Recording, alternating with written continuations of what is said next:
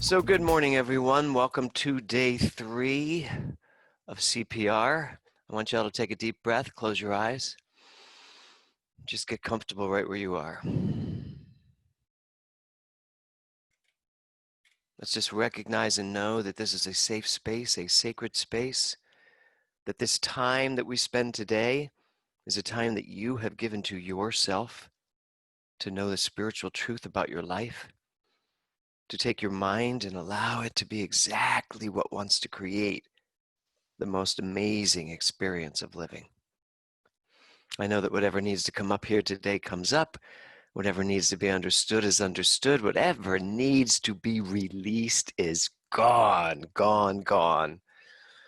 And I just say thank you, thank you, thank you. Thank you for being here. Thank you for being a part of this community. And I just get out of the way now and let this day unfold. And so it is. So, expectations. Did you look at them? Did you notice what your expectations were? Thank you for those of you that wrote them on the blog. Did you notice that perhaps, just perhaps, you might not be expecting your highest and best version of yourself? That you just might not be expecting like the best you could possibly expect. So I'm going to just ask you a really simple question. What are you expecting to demonstrate from C.P.R? And that's an important word, demonstrate, right? This is going to demonstrate something. Everything you think, everything you believe, all of your interactions, they're creating something. You are a creative being. Your mind is creative. It is constantly creating. You let your mind wander down a little path of like pity, pity, pity, and you're going to experience the life of pity, pity, pity. So what are you expecting to demonstrate from C.P.R? What's it going to be? What are you going to do with this 30 days? That's just something for you to figure out for you. You don't even have to tell me, because it's not important who you tell or what you share. It's more important, what do you believe you're going to demonstrate, because that's what's going to happen. So, did you wake up this morning? Were you grateful for 3 things before you even put your foot on the ground? Good, good, Joyce. Do you tell someone yesterday how grateful you were for them? Or perhaps a group of people, right? Did you go to bed and then remember 3 things that you were grateful for?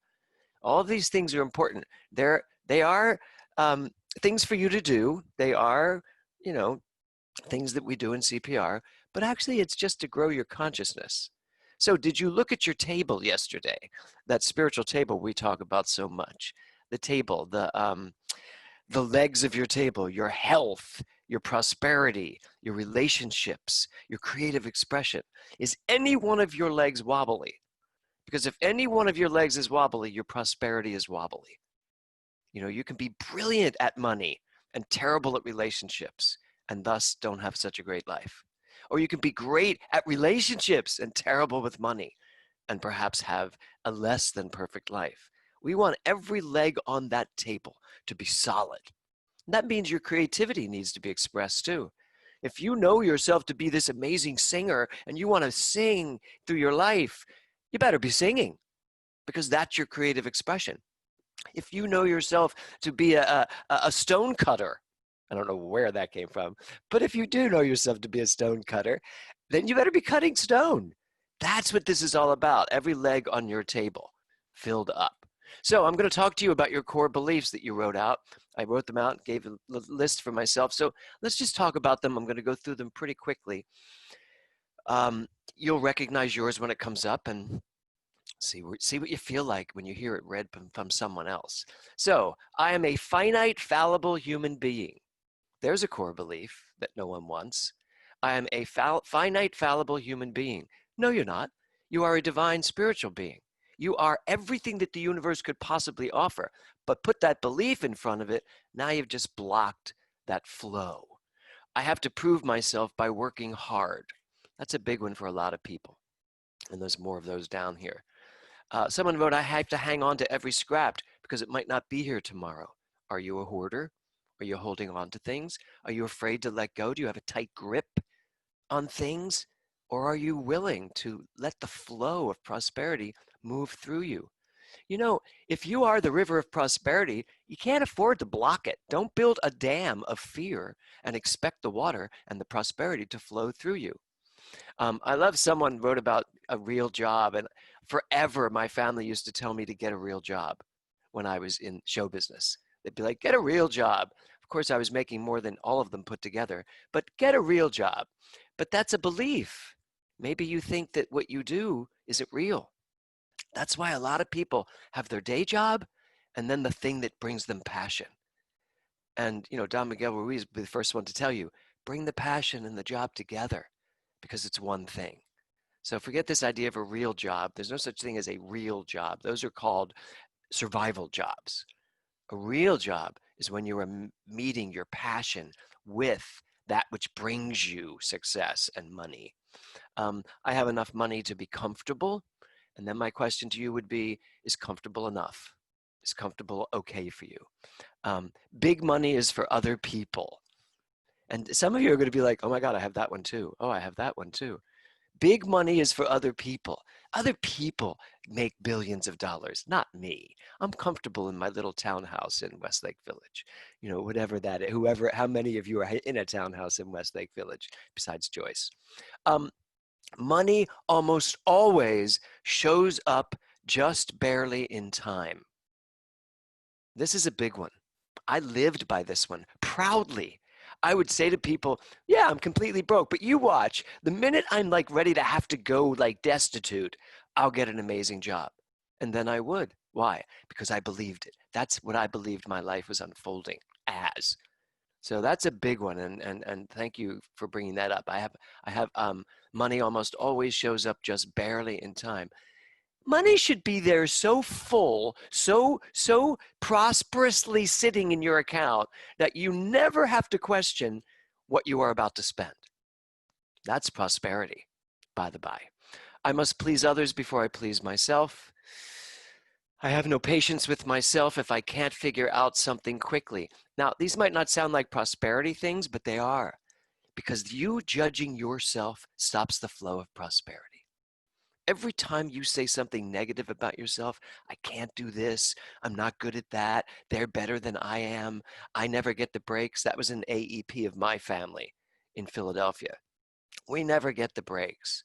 You start believing that, and guess what? You'll never get the breaks because it's a self-fulfilling prophecy, these core beliefs. So I need to live within my means. Now, I want to talk about that one for a brief second.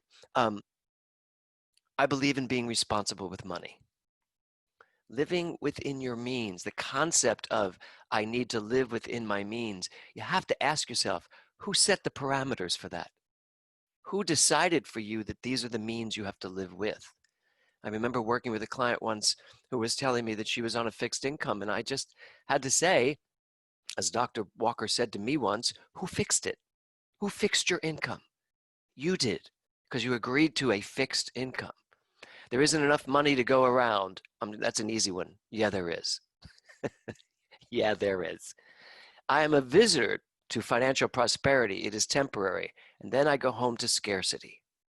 And then this person talked about growing up as a child and being in a divorced household, come out to LA and be with the dad, and it's like amazing and lots of money, go home and live with the mom in Oregon, and it's poor and we have nothing. And living in that constant flow, it's like I'm constantly a visitor to this.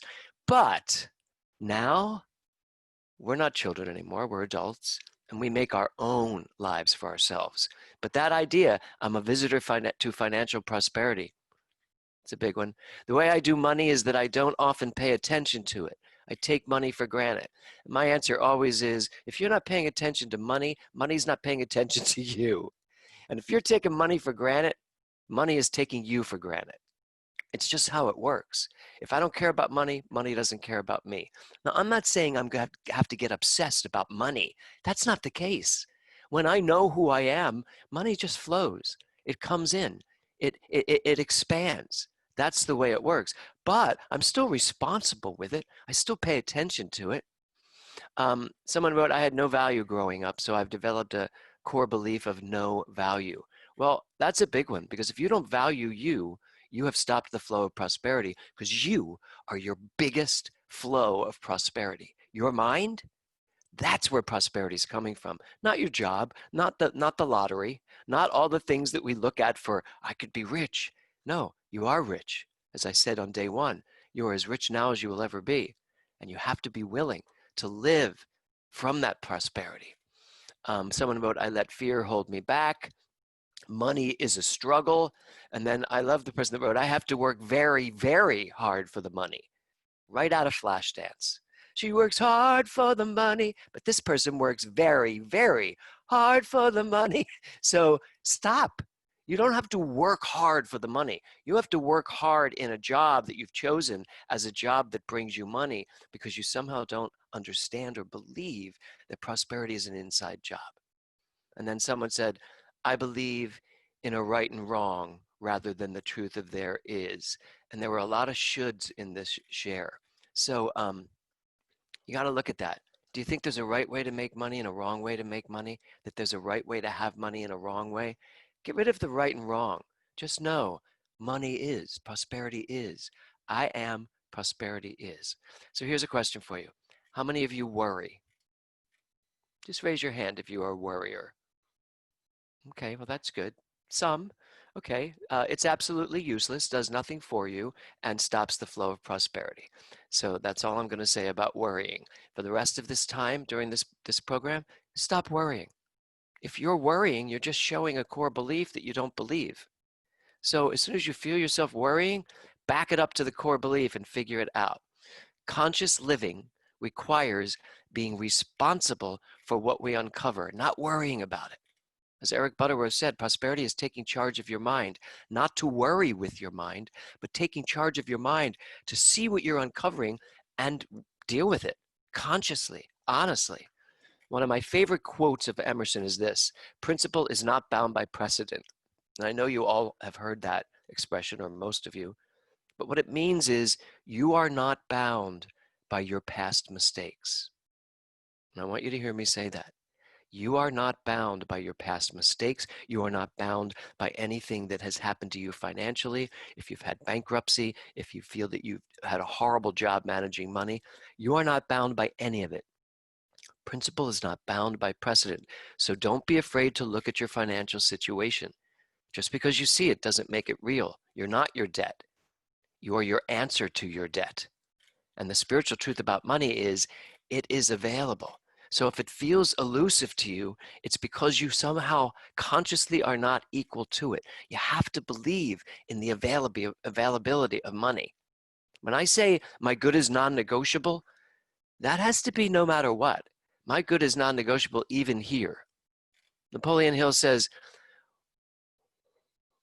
what the mind of man can conceive and believe it can achieve. So that's what the mind of man can conceive and believe.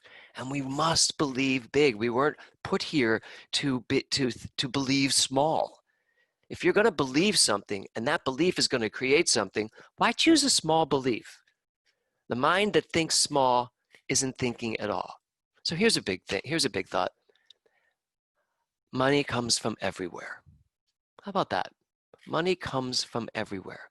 Start believing that and see what happens. Money comes from everywhere. It's up to you to accept that money comes from everywhere. And most importantly, your worthiness. And this is what today is all about. Accept that you are worthy. Raymond Charles Barker says you will never go beyond your own accepted image of yourself. You will never go beyond your own accepted image of yourself. And Ernest Holmes says we can only receive what we're willing to take. So the question is, how much are you willing to take? Can you sit and say to yourself, I am worthy of having money. I am worthy of a fulfilling career. I am worthy of being loved. I am worthy of having a healthy body. Do you feel equal to these statements? Because you must. That's what the job is today. As we go through this whole process, your job is to dig out these core beliefs. Anything that could possibly tell you you're not worthy. Anything that could stop you from accepting your good. So today, as you continue looking through your beliefs, I want you to start paying attention to what you're thinking about what you're digging up. So you wrote your core beliefs. What do you think about you? More specifically, ask yourself, what do I think about myself when it comes to money? Raymond Charles Barker said, healthy minds do not ignore negative conditions. They proceed to overcome them. So that's your job today. Today, spend time with what you think about you in relationship to the life you have created. Get in there, find out what you believe, find out how much and how vibrantly you value yourself. Even especially these things you're pulling up. What do you think about the things you're pulling up? Okay? Let yourself feel whatever you feel about you and your beliefs. You need to know what you think about you. And then blog. That's how I find out what's going on for you and how I can address it. Just blog. Keep it impersonal. Just blog. You can even blog without using your name, to be honest. I'm not using your names. So that's it. Today, pay attention to what you think about yourself regards to your beliefs. Keep digging up the beliefs. Decide if they're useful or not. Remember to be grateful in the morning, grateful in the evening. I got the grateful in the morning and the grateful at night. And be grateful for someone specific throughout the day or something specific. Okay? There you go. I know that was a mouthful. 15 minutes goes by like a flash for me here, but you are equal to an amazing day before you. So have a great day, everyone. Do the work, live the results. Namaste.